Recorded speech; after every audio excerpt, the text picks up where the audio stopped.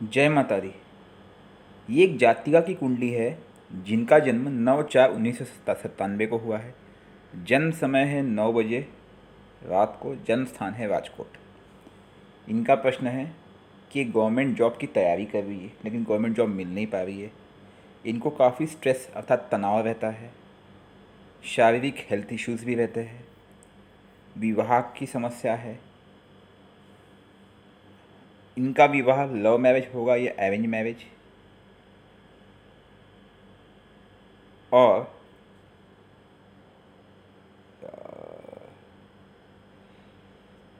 कौन सा जेमस्टोन या रत्न इनको धारण करना चाहिए या रुद्राक्ष। आइए इस कुंडली की डिटेल में विवेचना करते हैं और समझते हैं कि इनको दिक्कत क्यों बनती है। अब ये है तुला लग्न की कुंडली। तुला लग्न इसलिए क्योंकि लग्न स्थान में 7 नंबर लिखा हुआ है। लग्नेश मतलब कौन हुए? शुक्र देवता। नीचे टेबल देखे 7 नंबर तुला राशि शुक्र। लेकिन अगर आपको कुंडली देखना नहीं आता है तो आप हमारे प्लेलिस्ट में जाइए। प्लेलिस्ट में कुंडली देखना सीखे प्लेलिस्ट है, इसे आप देखिए, आप कुंडली देखना सीख जाएंगे। ठीक है, तो लग्नेश है शुक्र। शुक्र कहाँ बैठे हैं? शुक्र बैठे उच्च के होकर के छठे भाव में। इनडायरेक्टली मैं ये कहूँ कि लग्नेश का छठे भाव में बैठना योग कारक बिल्कुल नहीं माना जाएगा, ये नुकसानदायक है। नंबर 1, ये हेल्थ इश्यूज़ का एक मेन कारण है, भले उच्च के होकर बैठे। ठीक है, लग्नेश के पास एक घर और है यहाँ पे, वो है अष्टम भाव। एक तो लग्नेश के पास अष्टम भाव भी और छठे भाव में बैठ गए, तो ये थोड़ा दिक्कत का सबब बनता है। उसके बाद है द्वितीय भाव। द्वितीय भाव के मालिक 8 नंबर जहाँ लिखा हुआ है मंगल है। मंगल के पास सप्तम भाव भी है। मंगल कहाँ बैठे हैं? मंगल बैठे हैं लाभ भाव में। तो धन के कारक लाभ भाव में बैठना ये अच्छी चीज़ है। और आपकी मंगल की महादशा भी चल रही है, लेकिन मंगल कहीं ना कहीं इस कुंडली में मार्केश होते हैं, अर्थात मारक का काम करते हैं।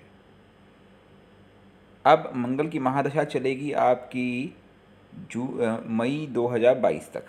उसके बाद आ जाएंगे राहु महाराज। ठीक है, और मंगल के साथ राहु का एक योग बनता है यहाँ पे, क्योंकि मंगल की डिग्री है 25, राहु की डिग्री है 4, मात्र 9 डिग्री का अंतर है। तो आपको गुस्सा बताता होगा, एंगर, स्वभाव चिड़चिड़ापन होगा। उसका कारण है मंगल राहु की युति। जब मैं तीसरे भाव की बात करता हूँ, तीसरा भाव है बृहस्पति का, गुरु, 9 नंबर, 12 नंबर, छठा भाव भी उन्हीं के पास है। बृहस्पति कहाँ बैठे? बृहस्पति बैठे हैं चौथे भाव में नीच के होकर के, जो आपका पराक्रम भंग करते हैं। हो सकता है आपके भाई बहनों से भी थोड़ा सा संबंध में खटपट होती होगी, मतलब रिलेशन काइंड ऑफ क्लैशेस, जिसकी पॉसिबिलिटी ज़्यादा है। अब मैं बात करूँगा चौथे पाँचवें भाव की, 10 नंबर 11 नंबर। नीचे टेबल देखिए, 10 नंबर 11 नंबर के मालिक शनिदेव है। शनिदेव कहाँ बैठे हैं? शनिदेव होके छठे भाव में जाके बैठ गए। अब लग्नेश अस्त है और चौथे पाँचवें भाव के कारक, सुख के कारक और इष्ट देव, वो भी अस्त हो गए। तो शुक्र शनि तुला लग्न में यही दोनों तो मेन है, और ये दोनों अस्त हो गए। तो आपकी जो मेन प्रॉब्लम है वो यही बनती है कि शुक्र और शनि दोनों अस्त होकर के छठे भाव में बैठ गए, जो स्ट्रेस क्रिएट कर रहे हैं, जो आपको हेल्थ इश्यूज़ बना रहे हैं। ठीक है, जब मैं छठे भाव में जाता हूँ तो छठे भाव में सूर्य बैठे हैं केतु के साथ ग्रहण दोष में। शनि सूर्य के साथ बैठ गए, वो दोनों की युति, कहीं ना कहीं पिता पुत्र की जोड़ी दुश्मनी। और शुक्र और शनि दोनों हो गए अस्त। तो आपका सबसे ज़्यादा डैमेज जो है छठा भाव हो गया है। ठीक है, सप्तम भाव में बुध चंद्र की युति बन गई, ये अच्छा योग बनेगा। मतलब दाम्पत्य जीवन में आपको सपोर्ट तो नज़र आएगा, इसमें कोई शक नहीं है हस्बैंड से। और वो भी he will be good looking और समझदार व्यक्ति मिलेगा, इसमें कोई शक नहीं है, बुद्धिमान भी होगा। लेकिन आपकी हेल्थ को लेकर के थोड़ा कंसर्न यहाँ पे नज़र आता है। उसके बाद मैंने अष्टमेश की बात कर दी। नवम भाव के मालिक 3 नंबर और 6 नंबर जहाँ लिखा हुआ है, नवम भाव और द्वादश भाव के मालिक बुध है, वो आ जाते हैं सप्तम भाव में। वो ये दिखाता है कि विवाह के बाद आपका भाग्य परिवर्तन होगा। ठीक है, और कर्म के मालिक जो 4 नंबर है, वो भी विवाह के क्षेत्र में अर्थात सप्तम भाव में बैठ जाते हैं, ये अच्छा योग है। लेकिन जो लाभेश है वो छठे भाव में चले गए। अब ओवरऑल कुंडली में देखूं तो सबसे बड़ी प्रॉब्लम जो बनती है वो बनती है छठे भाव में। आपको हेल्थ इश्यूज है, उसका कारण कौन है? लग्नेश अस्त हो गए छठे भाव में, प्लस शनि इष्टदेव अस्त हो गए, और प्लस सूर्य, ये आपके हेल्थ के मेन कारण बनते हैं। अब गवर्नमेंट जॉब की बात करें तो गवर्नमेंट जॉब के लिए कारक तत्व कौन कौन है? सूर्य, चंद्र और शुक्र। ठीक है, क्योंकि शुक्र लग्नेश है। चंद्र तो बिल्कुल सही जगह बैठे हैं, लेकिन गवर्नमेंट जॉब आपको इसलिए नहीं मिल रही क्योंकि आपका लग्नेश शुक्र अस्त है, सबसे पहली प्रॉब्लम, और वो भी बैठे गलत जगह है, तो उनका उपाय बहुत आवश्यक है। हालांकि लग रहा है छठे भाव में बैठे हैं, अक्सर कहा जाता है कि छठे भाव में कोई ग्रह हो तो उनके लिए रत्न नहीं पहनना चाहिए, लेकिन अगर आपका बजट काम करे तो मैं आपको सलाह दूंगा कि आप ओपल ट्राई करें। 2,500 3,500 रुपये खर्च करके ओपल एक बार ट्राई करके देखें, क्योंकि देखिए लग्नेश बहुत ही आवश्यक होता है। अगर ओपल सूट कर गया तो 15 दिन में आपको पता चल जाएगा। अगर आपको हेल्थ इश्यूज़ कम हो रहा है, बढ़ रहा है, जो भी है, तो ओपल आप एक बार ट्राई करके देखें। अगर दिक्कत होने लगी तो ओपल निकाल देना, वो एक जुआ है, आपके लिए एक रिस्क लेना पड़ेगा, क्योंकि लग्नेश शुक्र मजबूत करना आवश्यक है, मुझे जो लगता है। अब विवाह की बात करें तो आपके विवाह के लिए कारक तत्व कौन होंगे? मंगल होंगे, शुक्र होंगे और चंद्र होंगे। देखिए मंगल जो है, मंगल की तो महादशा चल रही है, और मंगल में अंतर चल रहा है सूर्य का, इसका आ जाएगा चंद्र का।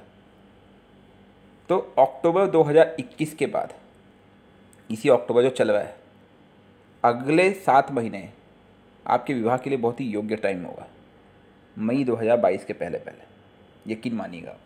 लेकिन हाँ, आपको इसके लिए शुक्र का उपाय करना पड़ेगा, तभी ये फलीभूत होगा, तभी रिजल्ट आएगा।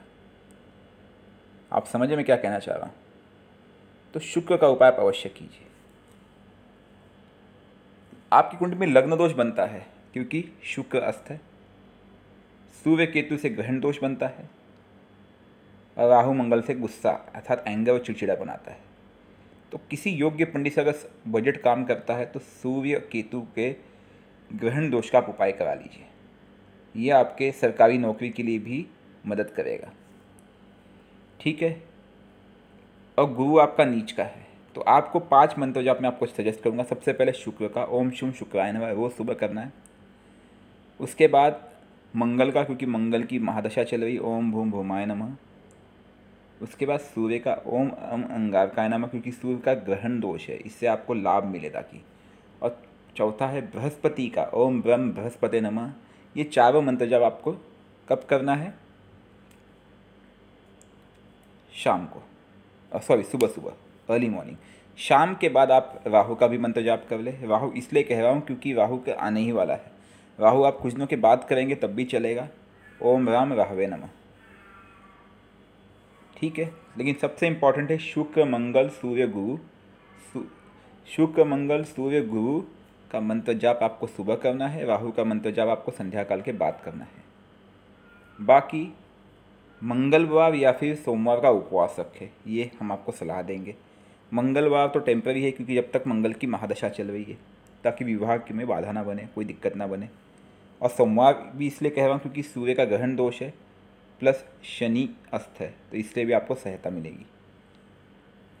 रुद्राक्ष में आपको कहूँगा 5 मुखी रुद्राक्ष प्लस 6 मुखी रुद्राक्ष प्लस 7 मुखी रुद्राक्ष। 5 मुखी बृहस्पति अर्थात गुरु के लिए, क्योंकि वो नीचे होके बैठे हुए, देखो गुरु के आगे मैंने एक नीचे का एरो दिखाया हुआ है।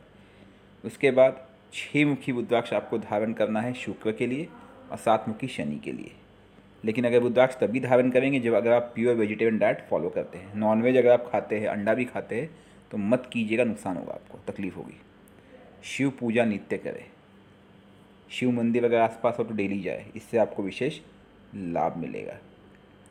आपके कुछ अन्य प्रश्न होंगे आप नीचे पूछ लीजिएगा। कुंडली आपकी ठीक बनती है, भाग्य भाव भी सपोर्ट करता है, लेकिन कुछ दोष बन जा रहे हैं छठे भाव में। अगर आप उसका उपाय करते हैं तो भविष्य आपका बहुत ही अच्छा बन सकता है। अब आपने पूछा था कि लव मैरिज या अरेंज मैरिज, ये एक प्रश्न है। मुझे तो अरेंज मैरिज ज़्यादा प्रोबेबिलिटी नज़र आ रही है, लव के चांसेस कंपेयरिंगली कम है। हाँ, लव के मैरिज कब बनेंगे, कब बन सकते हैं? अगर आपका विवाह 2022 के बाद होता है तब राहु की महादशा होगी, और जब राहु में कहीं ना कहीं मंगल प्लस चंद्र या शुक्र का प्रत्यंतर ऐसा कुछ आ जाता है, उस समय कुछ दिनों के लिए आपका अट्रैक्शन बढ़ेगा लव की तरफ, लव मैरिज की तरफ। एल्स अरेंज के चांसेस ज़्यादा है। बाकी एक बार इसमें गोचर भी देखना आवश्यक होता है, क्योंकि कई बार क्या होता है गोचर में परिस्थितियाँ बदल जाती है और वो एकदम आकर्षित कर देती है। ठीक है, तो आप ये उपाय कीजिए, आपको रिजल्ट आएगा। प्रॉब्लम आपका लग्नेश है, शुक्र। शुक्र को मजबूत करना बहुत ज़रूरी है आपके लिए, यकीन मानिए। वैसे शुक्र को मजबूत करने के लिए हीरा पहना जाता है, लेकिन हीरा महंगा आता है, इसलिए मैंने आपको ओपल सजेशन दिया है। प्रॉब्लम ये है कि शुक्र आपका छठे भाव में बैठा हुआ है और आपको हेल्थ इश्यूज़ ना बने, वो मेरे लिए मेन कंसर्न है। और बृहस्पति पराक्रम का कारक है, तो आप ये बृहस्पति के लिए रुद्राक्ष और शुक्र के लिए कोई रत्न, ये दो चीज़ मुझे बहुत आवश्यक लगता है। लेकिन शुक्र का रत्न ओपल आप केवल ट्राई करिएगा, अगर सफलता मिलती 15 दिन महीने भर में आपको कुछ रिजल्ट न महसूस होगा, तब आप उसे कंटिन्यू कीजिए। ठीक है, हमारी तरफ से मैं आपको सलाह दूंगा कि आप 11 रुपये, 21 रुपये, 51 रुपये, 101 रुपये, जो आपकी श्रद्धा हो, नीचे कोई आपके आसपास मंदिर होगा, मंदिर में दान पेटी में डाल दीजिएगा। दूसरी चीज़ मैं आपको एक रिक्वेस्ट करूँगा कि आप एक कपूर लीजिए और 2 लौंग अपने ऊपर से 7 बार उतारा करके काली मंदिर या फिर शिव मंदिर में जा करके उसको प्रभु के नाम पे, माता रानी के नाम पे जला दीजिएगा। कहना कि मेरी सब बाधाएं दूर करो और मेरी मुरादें पूरी करो। अभी ठंडी का मौसम आ रहा है, मैं आपसे रिक्वेस्ट करूँगा कि ठंडी में आप गरीबों को कपड़े डोनेट कीजिए। आपके पुराने कपड़े होंगे, कोई असहाय है, उनको कंबल बांटिए अगर आपका बजट अलाउ करता है। पुराने कपड़े, पुराने कंबल भी चलेंगे, जो रोड साइड लोग रहते हैं। कोई गरीब नज़र आता है मंदिर के आसपास, उसे आप भोजन करा दीजिए। मैं पैसे देने की सलाह नहीं दूंगा, भोजन और कपड़े, ये 2 चीज़ें, तो इससे भी आपकी कुछ बाधाएं दूर होंगी। बृहस्पति को कमज़ोर करना आवश्यक है, क्योंकि बृहस्पति आपका नीच के होके बैठा हुआ है, कहीं ना कहीं वो बाधा उत्पन्न करेगा। तो इसके लिए आप उपाय अवश्य करें। ठीक है, आपके कुछ अन्य प्रश्न होंगे आप बताइएगा। मंत्र जाप आप डेली कीजिए। एक मंत्र जाप करने को मुश्किल से 2 मिनट लगेंगे। सुबह 4 मंत्र जाप मुश्किल से 7 से 8 मिनट लगेगा, और संध्या काल के बाद 2 मिनट। तो ये आप ये अवश्य कीजिए। जय माता दी।